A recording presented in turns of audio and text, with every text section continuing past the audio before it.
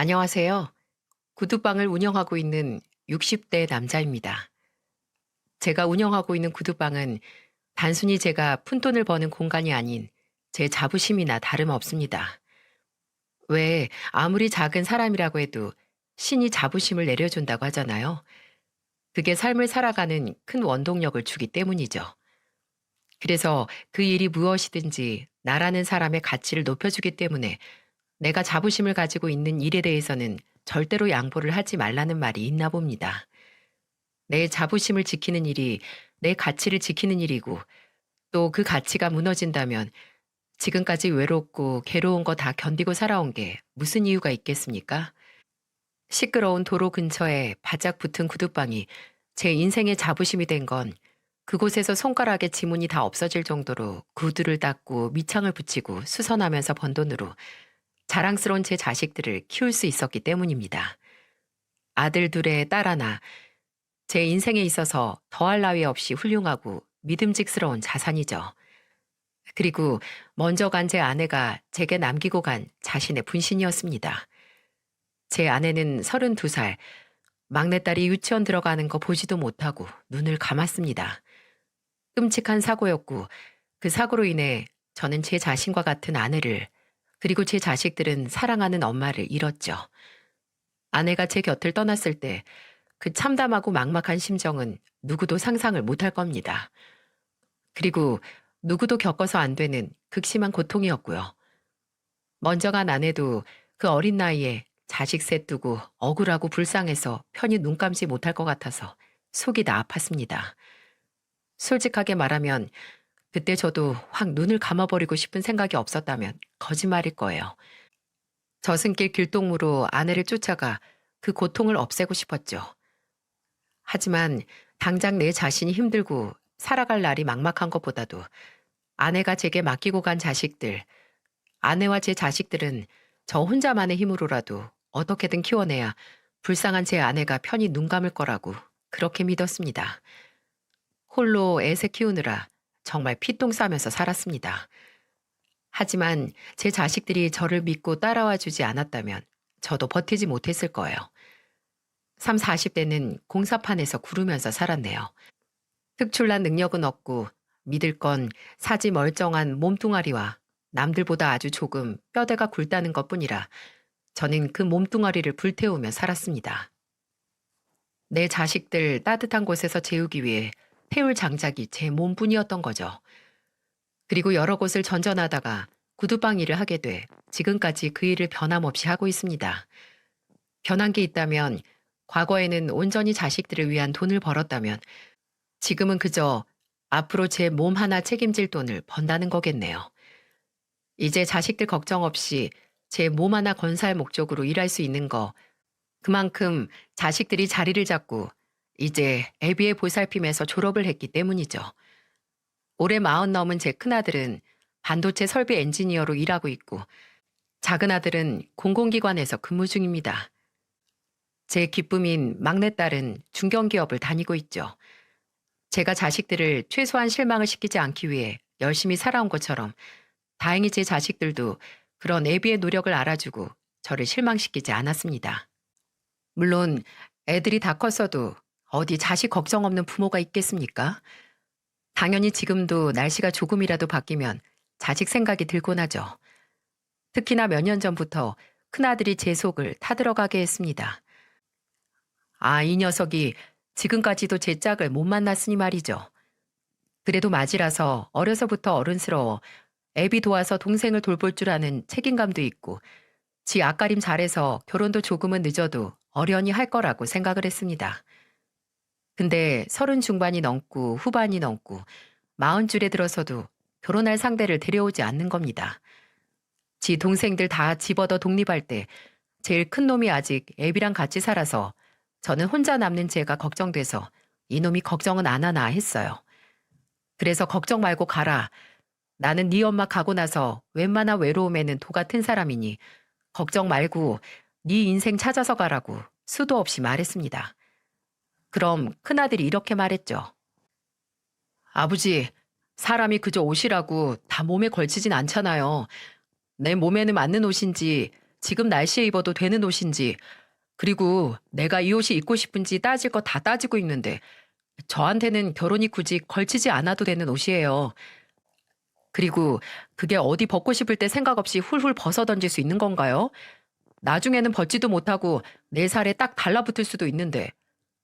참나, 하기도 전에 벗을 생각부터 하냐? 결혼할 상대 찾기도 전에 헤어질 생각부터 하는 거야? 너도 참 너다.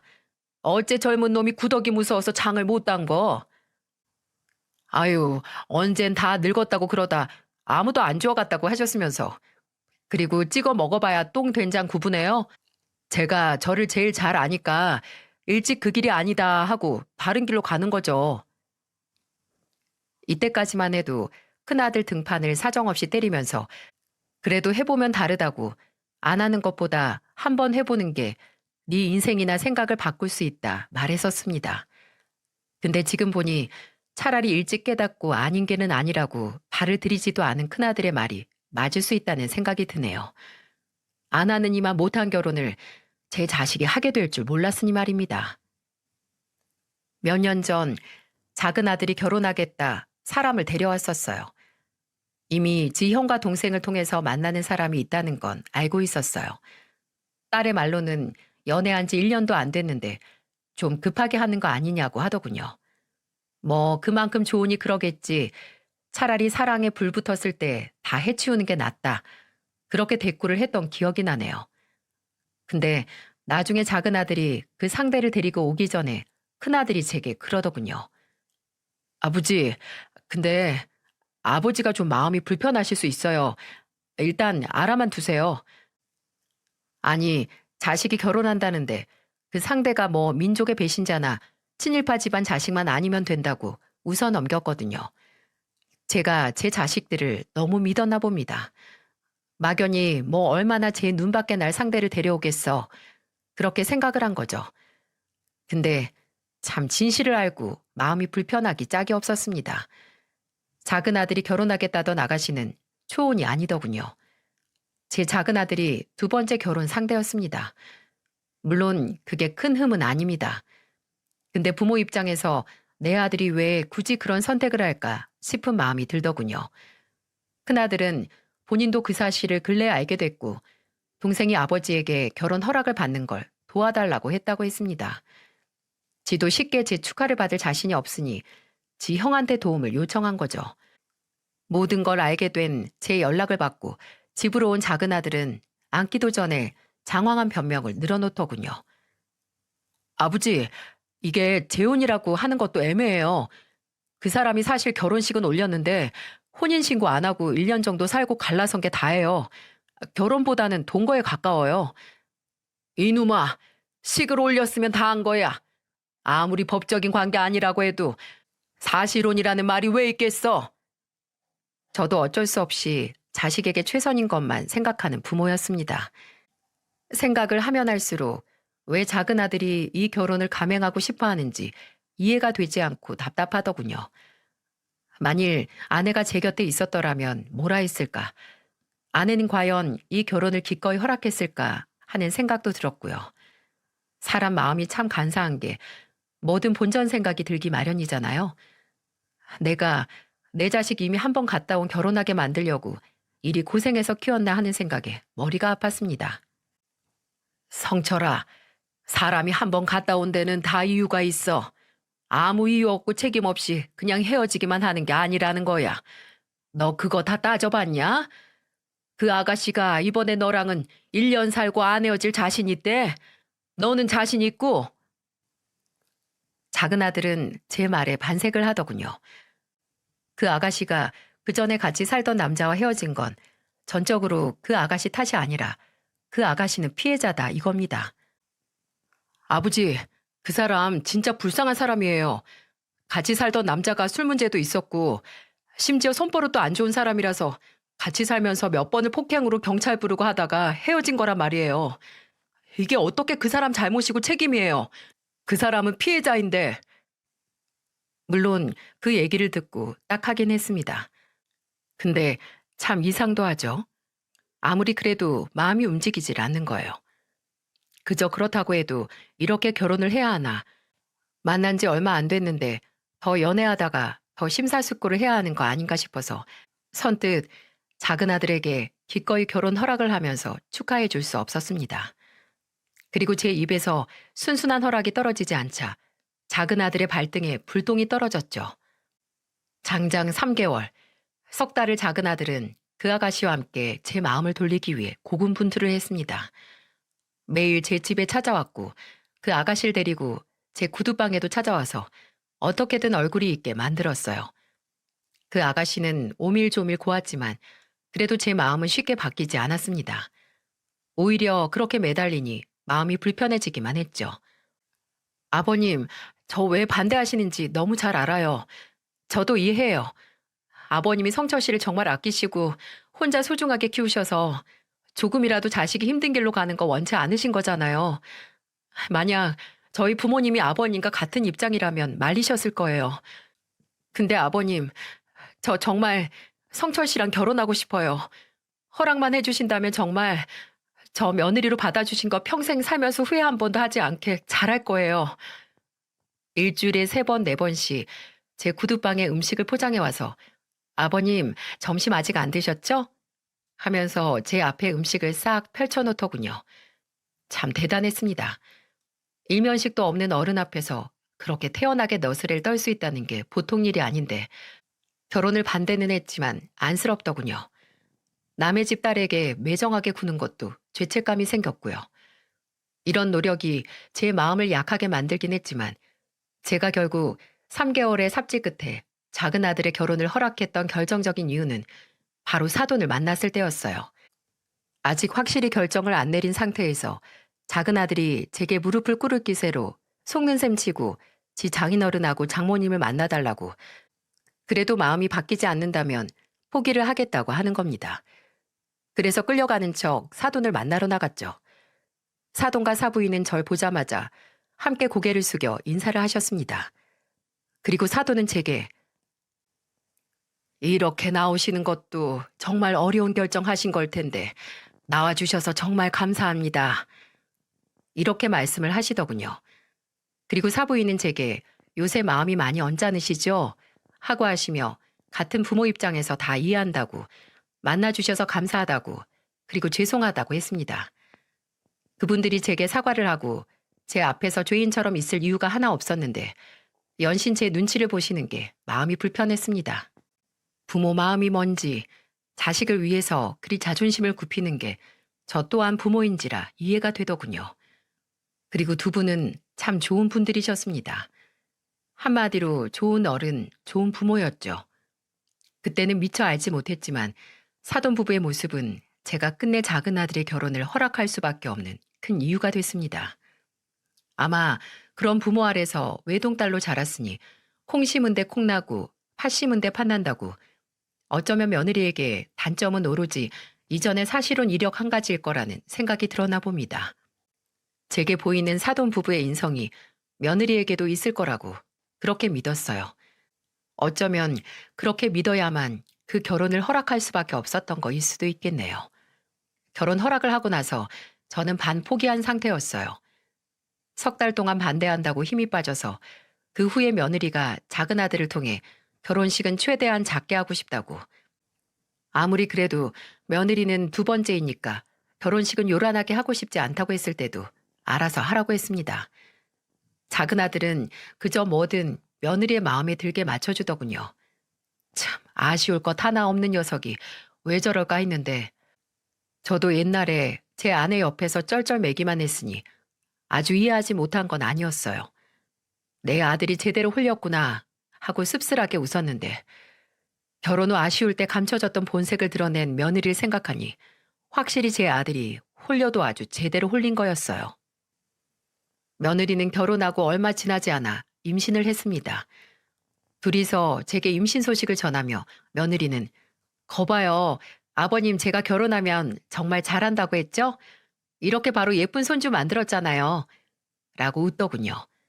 그때는 정말 며느리의 임신 소식이 축하할 만한 기쁜 소식이라고 생각을 했는데 시간이 지나 보니 정반대로 제 작은 아들에게 그리고 제게 속이 터지는 지옥문이 열리는 거였습니다.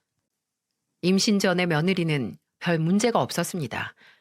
아니, 그때까지만 해도 제게 잘 보이려 노력을 했죠. 작은 아들과 집에 올 때마다 바리바리 뭘 그렇게 사오는지. 근데 임신 소식을 알리자마자 저게 같은 사람이 맞나 할 정도로 바뀌더군요. 원체 행동 거지가 묵직하진 않았습니다. 오히려 가벼운 편이었죠. 외동딸로 오냐오냐 자란 티가 난다고 할지, 제가 결혼을 반대할 때도 기 한 번 안 죽고 계속 찾아온 것만 해도 예상할 수 있었죠. 근데 그 들풀 같던 성격에 독이 있었네요. 며느리는 기 안 죽는 당당한 성격이 아니라 개념이 아예 없었기 때문에 기가 죽지 않는 거였어요. 제가 며느리의 성격이 보통이 아니라는 걸 처음 깨닫게 된 건 며느리가 갑작스럽게 제 구두방에 찾아온 날이었습니다. 아무 연락도 없이 왔길래 놀라긴 했지만 그래도 반갑긴 했죠. 손에 든 커다란 쇼핑백에 저는 며느리가 저와 함께 식사를 하기 위해 음식을 포장해 온 줄 알았어요. 아이고, 뭐하러 왔어? 그건 뭐냐? 또 음식 포장해 온 거야? 아, 아니요. 이거 구두예요. 아버님 일거리 드리려고요. 그건 며느리 말대로 7켤레가 넘는 며느리의 구두였습니다.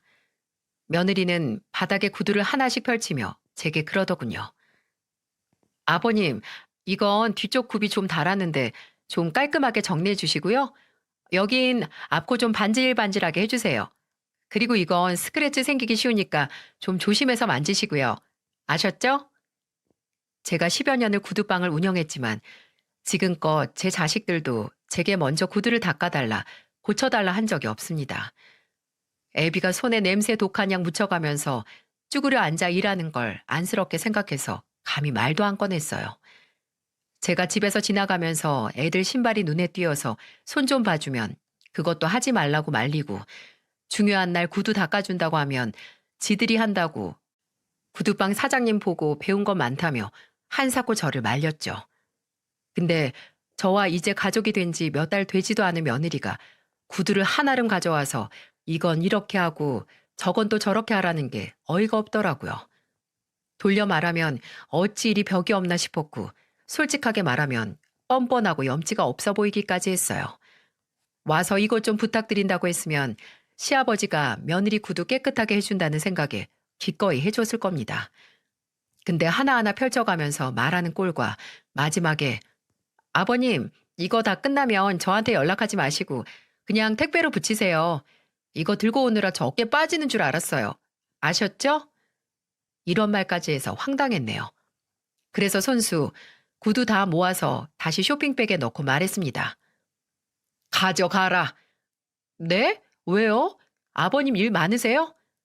많든 적든 나 원래 이것저것 주문 많은 까탈스러운 손님은 그냥 돌려보낸다. 그러니까 구두에 흔적 남고 반질반질하게 안 될까 걱정되면 네가 직접 해라. 알았냐? 그리고 구두를 담은 쇼핑백에 제가 쓰는 구두약과 소를 던져주었어요. 며느리는 별말 안 하고 저를 빤히 보더니 인사를 하는 둥 마는 둥 하고 떠났고요. 근데 그 후로 더 황당한 일이 벌어졌습니다. 그날은 작은 아들네와 딸이 집에 온 날이었어요. 근데 며느리가 본인 휴대폰이 없어졌다고 하더군요.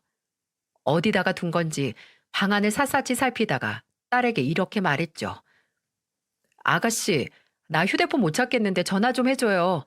진동이 아니라서 벨소리 바로 울릴 거예요. 딸은 그때 거실에 저하고 함께 있었는데 본인 휴대폰은 식탁 위에 있다고 가지러 가기 귀찮다면서 제 휴대폰으로 며느리에게 전화를 걸었죠. 그리고 몇 초 지나지 않아 요란한 벨소리가 들렸어요. 휴대폰은 저와 딸이 앉아있는 소파 쿠션 틈에 들어가 있었고요. 아, 뭐야? 언니, 핸드폰 여기 있잖아요. 어? 이게 뭐야? 언니, 핸드폰에 우리 아빠 꼰대로 저장했어요? 쿠션 틈에서 며느리의 휴대폰을 꺼낸 딸은 화면을 보더니 헛웃음을 터뜨렸어요. 제 휴대폰으로 전화를 건 탓에 며느리 휴대폰 화면에 제 휴대폰 발신으로 부재중 전화가 찍혀 있었는데 며느리가 제 번호를 글쎄 꼰대라고 저장을 해놓은 거죠. 우리 아빠가 왜 꼰대예요? 아빠가 언니한테 뭐라 한 적 있어요? 아, 왜 남의 폰에 그렇게 관심이 많아요? 이건 내 마음이죠. 아니, 언니, 마음이긴 한데 궁금하잖아요. 아빠, 언니한테 꼰대짓 한 적 있어요? 생각할수록 어이없네.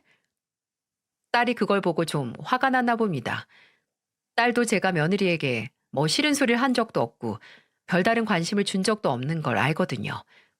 딸이 좀 언짢은 목소리로 추궁을 하니 며느리는 제 눈치를 조금 보다 이렇게 말했죠. 아니, 저번에 아버님한테 제 구두 좀 맡기려고 했는데 알아서 하라고 내쫓으셨단 말이에요. 그래서 홧김에 그랬어요. 홧김에.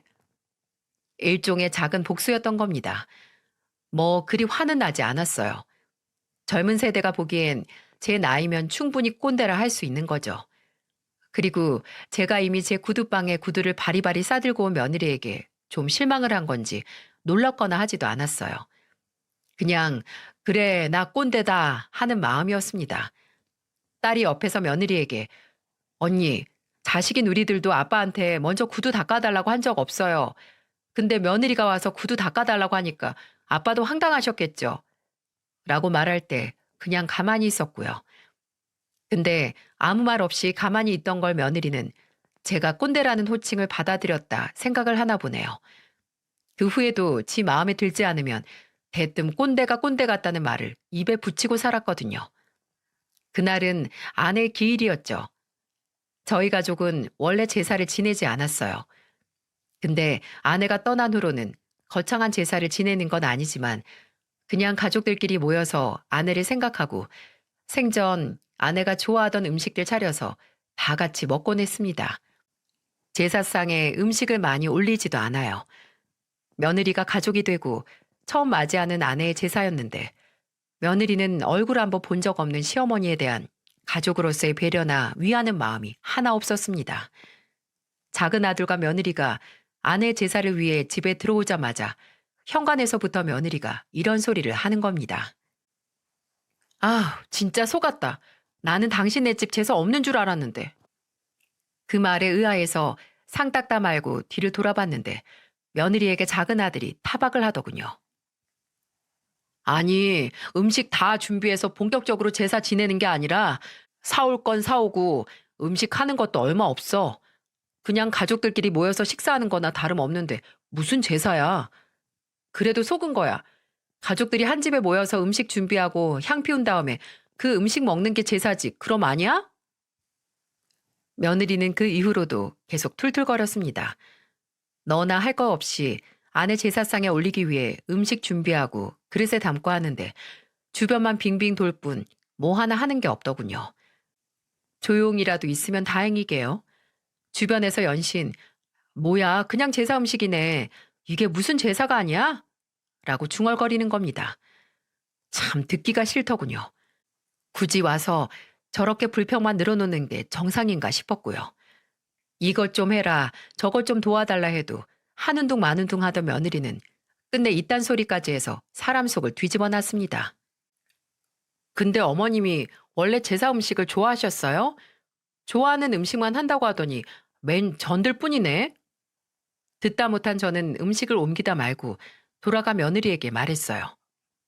너 하기도 싫고 음식하는 거 보기도 싫으면 나가라. 네? 저, 저 나가라고요? 그래. 너 결혼하고 우리 식구 된 다음에 처음 네 시어머니 제사 지내는 거 아니냐? 근데 그게 그렇게 참기 어렵고 네 시어머니한테 처음으로 제대로 인사하고 싶지 않으면 그냥 안 와도 된다. 괜히 애들 엄마 제사상에 부정 타는 소리 하지 말고 너는 네 집으로 가.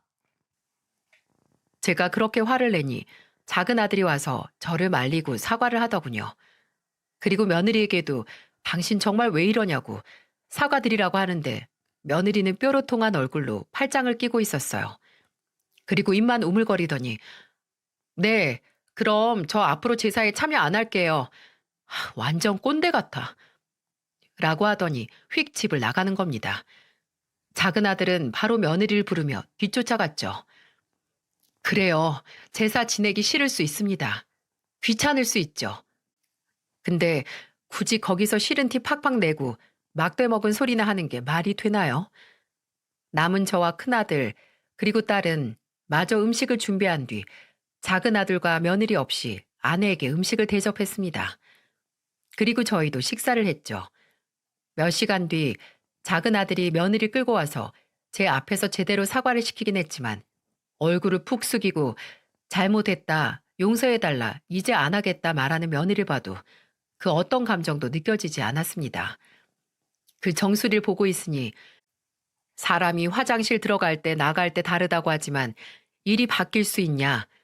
너 분명 나한테 결혼 허락해주면 너 며느리로 받아준 거 후회하지 않게 만들어 드리겠다 말하지 않았냐? 근데 어째 1년도 안 됐는데 벌써 후회가 되려고 그런다. 라는 말이 절로 나왔죠.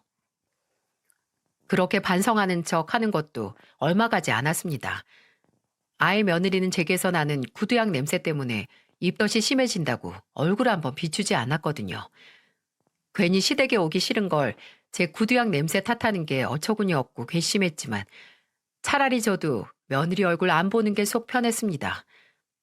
아니, 며느리가 꼴 보기 싫으니 이제 작은 아들도 꼴 보기 싫어서 제 집에 작은 아들이 찾아오면 얼른 보내기도 했습니다. 지 애비 속을 일이 시끄럽게 하려고 그렇게 매달려서 결혼을 했나 싶어 한심하기 짝이 없었죠. 근데 또 마냥 작은 아들 탓을 할 수도 없었어요. 며느리와 같이 사는 아들 속도 날이 갈수록 문드러지고 있었거든요. 처음에 제게 찾아와 하소연하진 않았어요. 그도 그럴 것이 그렇게 제 앞에서 유난을 떨고 결혼을 했는데 속상한 일 있다고 쪼르르 와서 한탄을 하기 민망했겠죠. 제게 미안한 마음도 있을 테고요. 그 마음을 지 형한테 푼 건지 큰아들이 몇 번 제게 성철이가 요새 많이 싸우나 봐요. 라는 말을 하더군요. 동생이 부부싸움으로 힘들어한다. 재수 씨가 힘들게 하나 보다 하고 작은 아들네 소식을 알려왔죠. 그러다가 아예 직접 제게 와서 말했습니다. 맨정신으로 올 용기는 없는지 술에 잔뜩 취해서 힘들다고 결혼이 이렇게 힘든 줄 몰랐다는 소리를 하는 겁니다. 아버지도 어머니랑 결혼하고 이렇게 힘들었어요?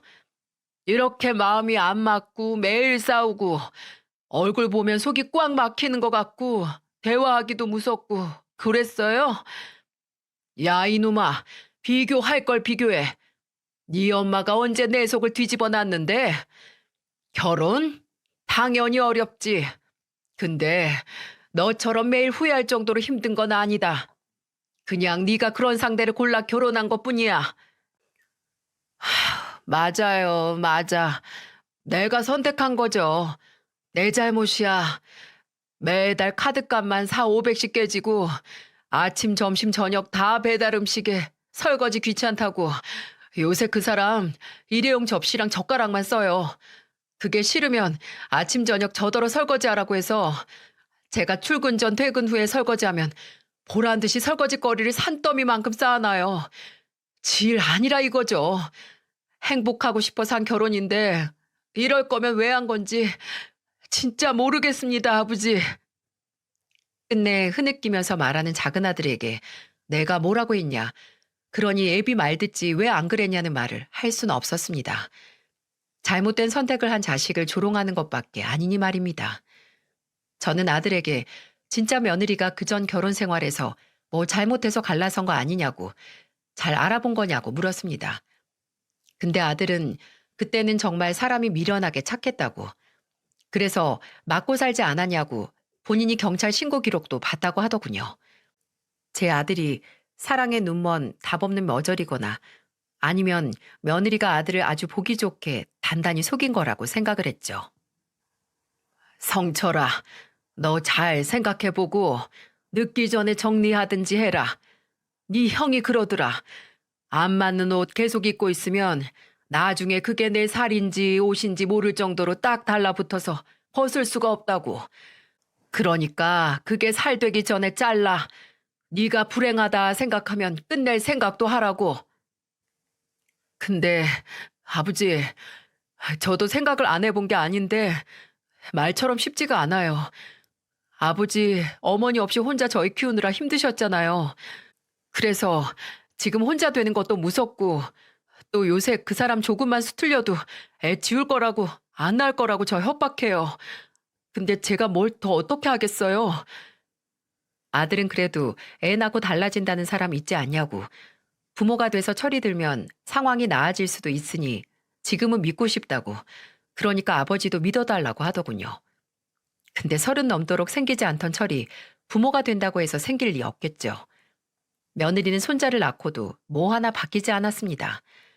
불행 중 다행으로 며느리는 건강한 아들을 낳았고 미운 며느리 자식이긴 해도 제 아들의 자식이기도 하니 손자가 생겼다는 기쁨은 이루 말할 수 없을 정도로 컸죠. 애 10달 품고 있다가 출산을 하는 게 얼마나 대단하고 고생한 일인 걸 잘 알고 예전에 제 아내 생각도 나서 저는 수고했고 축하한다는 의미로 며느리에게 현금 100만 원을 용돈으로 주었습니다. 그렇다고 직접 주는 것도 마음에 내키지 않아서 송금을 한 뒤 수고했다는 문자를 남겼죠. 근데 얼마 지나지 않아 며느리에게 전화가 왔는데 제 돈 100만 원만 날렸네요. 아버님, 방금 보내신 돈 확인했어요. 그래, 고생했다. 그거 너만 주는 거니까 성철이나 애기용품 같은 거 사지 말고 너 사고 싶은 거 사라. 아, 근데 솔직히 100만 원으로 뭘 사요, 아버님? 너무 아끼시는 거 아니에요? 그래도 첫 손주 그것도 아들로 안겨드렸는데 100만 원은 너무 적죠. 저 딱 200만 더 주시면 안 돼요? 제가 그전부터 진짜 가지고 싶은 게 있어서 그래요. 100만 원을 돈 취급도 안 하는 며느리의 말이 놀랍지도 않았습니다. 이건 양아치가 돈을 뜯어내는 그런 수준이라고 생각을 했어요. 어느 집은 손주 낳으면 재산 증여도 해준다더라. 몇 천만 원 드는 조리원 비용도 턱턱 내준다더라. 300이면 싸게 먹히는 거다. 라고 끝이 없이 계속되는 며느리의 질긴 투정. 기분이 나빠도 준 돈 뺏을 생각은 없고 그저 끝까지 가지가지 한다는 심정으로 말했습니다. 너 나한테 갓 태어난 네 애 파는 거냐? 수고했다고 용돈 주는데 많고 적고 따질 거면 받지 말고 성철이 줘라. 내 손자 귀저귀 하나라도 분유 하나라도 더 사게. 그리고 그렇게 잘해주는 집 있으면 차라리 처음부터 내가 반대하는 결혼 하지 말고 거기로 가지 그랬니? 그럼 너도 편하고 나도 편했을 텐데. 제게 끝내 돈을 더 뜯어내지 못한 며느리는 아주 유치한 방법으로 제게 복수를 하려고 했는데 아주 의도적으로 제게 손자를 보여주지 않으려고 하더군요. 뭐 오늘은 손자가 미열이 좀 있고 컨디션이 좀 별로다라고 하면서 손자를 데려오지 않았는데 그냥 그러라고 했습니다. 물론 손자를 안 보고 싶은 건 아니었지만 손자가 보고 싶은 마음보다 며느리가 보기 싫은 마음이 더 컸거든요. 손자에 대한 애정을 며느리에 대한 미움이 이긴 거죠. 참 씁쓸했습니다. 이렇게 보기 싫은 며느리를 무시하고 차라리 없는 인연이라고 생각했던 저이지만 도무지 더 이상의 모욕은 참을 수 없는 일이 터지고 말았어요. 제가 참지 못했던 것보다 제 가족이 참지 못한 거겠죠. 제 첫손자의 돌잔치 날이었습니다. 며느리는 결혼식은 어쩔 수 없게 작게 했지만 돌잔치만은 성대하게 하고 싶다고 사람 몇 명 초대도 못해도 장소만은 좋은 곳으로 하고 싶다고 하더군요. 그래서 번듯한 곳에서 사회 보는 사람도 초대하고 축하 공연도 섭외하고 했습니다. 어차피 주인공인 손자는 기억도 못하겠지만 저도 그래도 첫 손자의 돌잔치라 더 특별하게 느껴졌어요. 아침부터 목욕탕에 가서 때 싹 밀고 이발소에서 머리 다듬고 바르지도 않던 로션 얼굴에 바르고 양복 차려입고 갔습니다. 묵직한 금반지도 물론 들고 갔죠. 대감집 도련님 마냥 한복 입고 빵긋빵긋 웃고 있는 손자를 보는데 감회가 새로웠어요. 막 아빠가 됐었던 예전 생각도 나고 제 자식의 아들이라니 더 애틋하고 보기만 해도 얼굴에 웃음이 떠나질 않았죠. 저는 도착한 사돈 부부와 인사를 나누고 바로 아들에게 안겨있는 손자에게 다가갔습니다. 아이고, 우리 준호 오늘 기분이 아주 좋은가 보네. 방실방실 잘 웃고. 오늘 무슨 날인 줄 알아? 알아서 그렇게 웃는 거야? 이 할애비하고도 같이 웃자. 이리 와봐, 이리. 손자 쪽으로 두 손을 뻗으니 어째 그 조그만 게 할아버지를 알아보고 제 쪽으로 넘어오려고 하더군요. 그대로 아들에게서 손자를 받아 안으려고 하는데 아유 아버님 준호 만지시려면 손 씻고 오세요. 저기 가면 화장실 있어요. 옆에 있던 며느리가 중간에서 손자를 데려가는 게 아니겠어요? 뿐만 아니라 제게 손을 씻고 오라고 하더군요. 한순간 지저분한 손으로 깐난쟁이 손자 만지려고 한 할애비가 된 것 같아서 기분이 나쁘더라고요. 황당하고 억울해서 며느리에게 제 손을 펼쳐 보이며 말했죠. 나 손 씻고 왔다. 들어오기 전에 화장실 들러서. 근데 왜 아직도 손톱에 까맣게 뭐가 끼어 있는데요? 그냥 물만 묻히는 게 제대로 씻은 거예요? 대충 헹구기만 한 거지. 가서 제대로 씻고 오세요. 그런 손으로 애 만지려고 하시면 안 되죠. 아우, 더러워. 며느리가 손가락으로 가리켜 보이며 인상을 찌푸린 건 제 손톱 아래 남은 구두약이었습니다. 목욕탕에 가서 타올로 박박 문질러도 닦이지 않는 흔적이었죠. 아무래도 이 일을 오래 하니 닦아도 마치 문신처럼 지워지지 않는 부분이 있었는데 며느리는 그게 더럽다라고 하면서 손자를 안아보지도 못하게 했습니다. 속이 상했어요. 그리고 자존심이 상했습니다. 그 흔적이 보기 싫을 수 있지만 그건 제가 지난 30여 년 동안 홀로 자식 셋을 열심히 키워왔다는 증거나 다름없었고요. 그렇게 흔적이 남을 때까지 구두를 닦고 또 닦았다는 거니까요. 저는 참담한 심정에 입을 꾹 다물었습니다. 그리고 며느리가 제게 더럽다고 한 순간 주변 사람들도 조용해지더라고요. 남들이 봐도 충격적이었던 거죠. 심지어 사부인까지 며느리를 부르며 말렸습니다. 그리고 제가 차마 말을 하지 못하고 있을 때 제 뒤에 있었던 사돈이 며느리 앞으로 갔어요. 그리고 조용히 손자를 넘겨받아 손자를 사부인 품에 안기는 게 아니겠어요? 그리고 짝 하는 소리와 함께 며느리의 얼굴이 돌아갔습니다. 아빠! 여보! 그렇습니다. 사돈이 며느리의 뺨을 때린 거예요. 화가 난 저도 너무 놀라서 원래 할 말도 까먹을 정도였어요.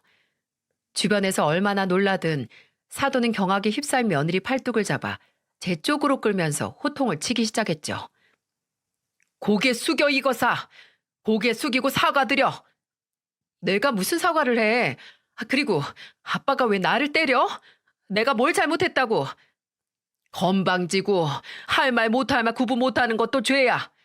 너 지금 네 부모 얼굴에 먹칠하고 네 시아버지한테 죄진 거나 마찬가지니까 고개 숙여서 얼른 사과드려. 얼른.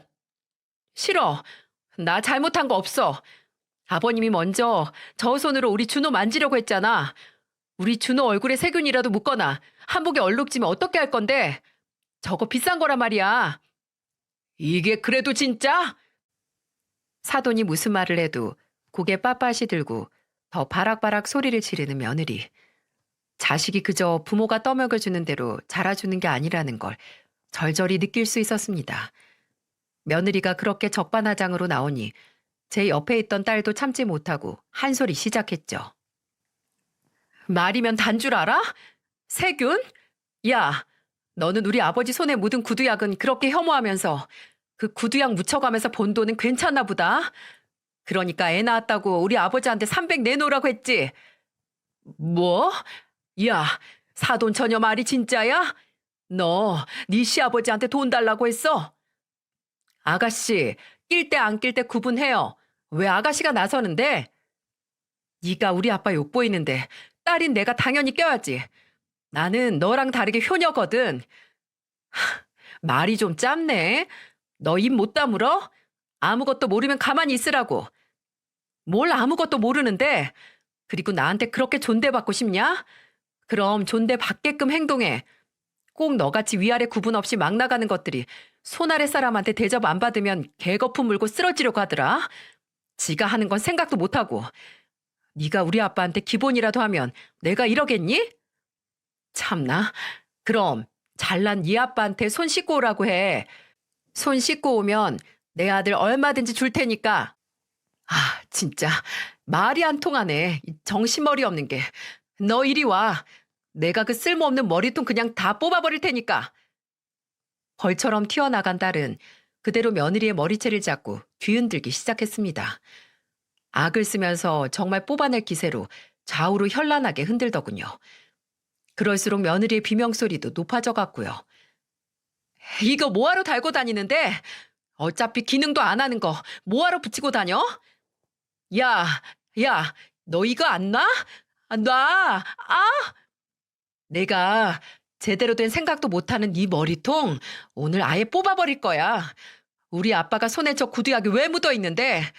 우리 아빠 손에 왜 구두약이 남아 있는데? 알지도 못하는 게 더럽다고? 네 인성이 100배, 1000배 더 지저분해. 이 건방진 인간아. 아, 엄마, 아빠, 나 좀 도와줘. 본인이 원하던 으리으리한 곳에서 며느리의 비명은 점점 높아졌습니다. 근데 누구 하나 제 딸을 말리지 못했어요. 딸의 기세가 말도 못하게 흉흉했고 또 아마 며느리의 말본세가 그 일을 당하는 게 싸다는 생각들을 했나 봅니다. 사돈 부부도 멍하니 본인들 얼굴에 먹칠한 딸이 짐승처럼 당하는 모습을 지켜만 봤거든요. 딸은 장장 5분이 넘도록 며느리를 모잡듯 잡았고 결국 제가 딸을 말리기 시작했어요. 됐다고. 네 마음 아는데 그만하라고 하면서요. 본인도 얼마나 서러웠겠어요. 눈앞에서 아버지가 더럽다는 소리를 듣는데 그것도 본인들 키운 손이 더럽다는 소리를 들었으니 속상하고 상처를 받았겠죠. 제가 딸을 말리니 그제야 아들들이 같이 와서 둘을 떼어놨습니다.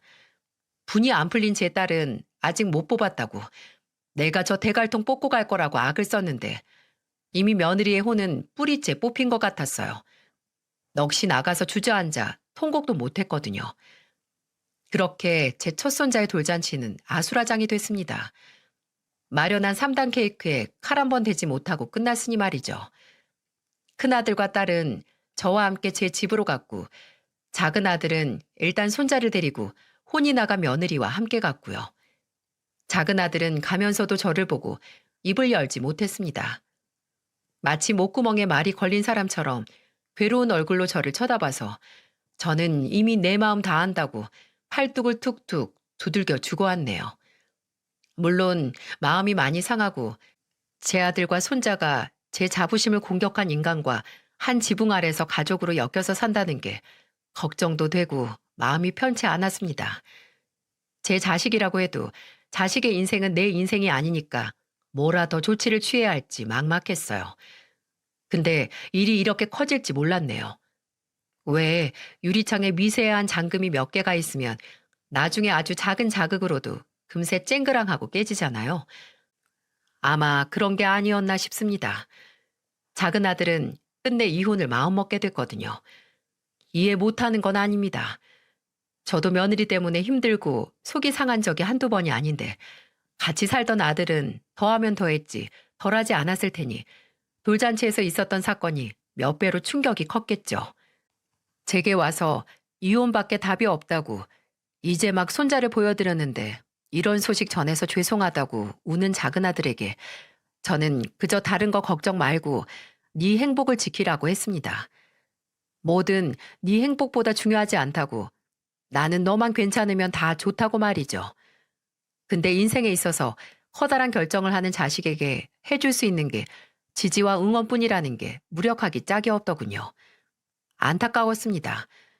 아예 이 결혼을 작정하고 반대했다면 이런 일도 없지 않을까 했는데 큰아들 말로는 아마 그때 그랬다면 저와 작은아들 사이가 틀어졌을 거라고 차라리 이렇게 성철이 스스로 깨닫고 정리를 하는 게 최선일 수 있다고 그러더군요. 작은아들은 이혼 소송 준비를 했고 저는 작은아들이 선택한 최선을 응원했습니다. 근데 이런 걸 소 잃고 외양간 고친다고 하는 건지 외양간을 말아먹은 며느리가 이제야 떠난다는 소를 붙잡겠다고 보수공사를 하려고 하더군요. 저를 찾아와서 그렇게 빌더군요. 제발 작은 아들의 마음 좀 돌려달라고 작은 아들에게 본인을 용서하니까 너도 용서하라는 말을 해달라면서 말입니다. 며느리는 작은 아들에게 이혼 소장을 받고 나서 저를 찾아왔습니다. 제가 번호도 차단을 해서 받지 않고 집에 와도 열어주지 않아서 구두방까지 오더군요. 노력이 가상하다 못해 처절해 보였네요. 급작스럽게 찾아온 며느리를 차게 식은 눈으로 보면서 아무 말도 안 했는데 며느리는 차마 좁은 구두방 안으로는 못 들어오고 사람들 지나다니는 길가에 풀썩 무릎을 꿇고 말했습니다. 아버님, 준호 이제 막 돌 지났어요. 애 생각해서라도 이혼은 말도 안 되는 거 아버님도 아시잖아요. 그러니까 한 번만, 마지막으로 한 번만 저한테 기회를 주세요. 네? 기회? 내가 왜 너한테 기회를 주냐? 네가 나한테 뭘 했는데? 제가 아버님한테 지금까지 버릇없게 굴고 건방지게 굴었어요. 죄송해요, 아버님. 제가 평생 외동딸로 부모님한테 보살핌만 받아보니 아버님을 제 아버지라고 생각하고 저희 아버지한테 하듯이 똑같이 굴었어요. 정말, 정말 죄송해요. 저 진짜 이제 정신 차리고 절대로 아버님 속상하게 하는 일 없을 거예요. 애 낳고 바로 이렇게 헤어지는 건 정말 아니잖아요. 내가 네 말을 어떻게 믿겠니? 결혼 허락해주면 후회하지 않게 해주겠다는 약속도 임신하자마자 나 몰라라 한 네 말을 어떻게 믿냐 이거야. 그리고 그래, 너는 지금 네 자식 위해 이혼 못하겠다 막아달라 하는 거지? 나는 내 자식 위해서, 내 자식의 행복을 위해서 이 이혼 막을 생각 없다. 아니, 이제 성철이 마음이 바뀐다고 해도 내가 무슨 수를 써서든 이혼시킬 거야. 네가 더럽다고 한 이 손으로 키운 내 아들이 아까워서 절대로 이 이혼 물을 생각 없으니 포기하고 가라. 가서 네가 그날 먹칠하다 못해 오물 뒤집어 쓰게 한 네 부모님 얼굴이나 닦아드려. 남편 자식 이름 마당에 네 부모라도 붙잡아야지. 저는 며느리 눈앞에서 구두방 문을 쾅 하고 닫고 한동안 그 안에서 숨죽이고 있었습니다. 앞에서 사라지지 않는다면 경찰을 부를 생각도 했는데 며느리는 몇 분 동안 통곡을 하다가 물러나더군요. 그렇게 후회할 걸. 그 전에 충분히 만회할 기회가 있고 정신 차릴 시간도 있었는데 지복을 스스로 찬 거나 다름이 없었습니다. 이래서 기회도 그걸 받아들일 수 있는 사람에게 찾아가나 봅니다. 아무에게나 가면 이런 비극이 일어나니 말입니다. 며느리가 왔다 가고 며칠 후 사돈이 제게 연락을 해왔습니다. 그 일이 있고 한동안 사람 사는 것처럼 살지 못해서 경황이 없었는데 늦게나마 제게 사과를 하고 싶다고 했죠. 마냥 예뻐하고 사랑만 준 게 제대로 된 부모 노릇이 아니었나 봅니다. 딸년 잘못 키워서 평생 자식새 잘 키운 사돈이 밟아온 길을 모욕해 이루 말할 수 없을 정도로 죄송합니다. 정말, 정말 진심으로 죄송합니다. 저한테 사과하지 마십시오. 어찌 일이 사돈 잘못입니까? 저도 같은 부모로서 제 마음대로 안 되는 게 자식이라는 걸 잘 압니다. 사돈도 저만큼이나 속이 많이 상하셨겠죠. 제가 다 압니다. 그러니 제 걱정 말고 사부인과 혜진속 추스르세요. 저는 괜찮습니다. 내 인생보다 더 마음대로 안 되는 게 자식의 인생이죠. 그렇게 애 생각해서 이혼은 안 된다고, 애 때문이라도 같이 살아야 한다. 차라리 준호가 대학 가면 그때 갈라서자 매달리던 며느리는 이혼이 확정되어 가자 이제는 혼자 애 못 본다고 당당하게 양육권을 포기했다고 합니다. 처음부터 자식 생각은 하지도 않았던 거죠. 그저 제 아들을 붙잡기 위해 했던 말이었던 겁니다. 그렇게 작은 아들이 이혼한 지도 1년이 넘었습니다. 작은 아들은 힘들긴 하지만 지금까지 문제없이 혼자 손주를 키우면서 살고 있어요. 아니, 혼자가 아니죠. 저도 그리고 지 형하고 동생도 도와주니 온 가족이 손자를 키운다고 해도 과언이 아닙니다. 이혼하고 나서는 많이 힘들어하던 녀석이 제게 아버지는 혼자 저희 셋을 키웠는데 저도 잘 키워야죠. 아버지 아래서 자랐는데 그것도 못하겠어요? 어떻게든 해내야지. 라고 했을 때는 그래, 걱정할 거 없다. 내가 있으니까 라는 자부심이 끌어올랐습니다. 어쩌면 제게 있어서 자부심은 구두방 그 자체가 아니라 그 구두방에서 뒹굴며 키워낸 제 자식들이라는 생각이 드네요. 부디 제 아들은 저보다 덜 고생하면서 손자를 키워냈으면 좋겠습니다. 그리고 그러기 위해 저도 남아있는 힘 아끼지 말고 도움을 많이 주고 싶네요. 제 아들과 손주의 앞날에 그저 축복만 있길 진심으로 바라면서 이만 제 사연을 마무리하도록 하겠습니다. 제 이야기에 귀를 기울여 주시고 소중한 시간을 써주신 여러분께 깊은 감사를 드리고 또 응원을 보냅니다.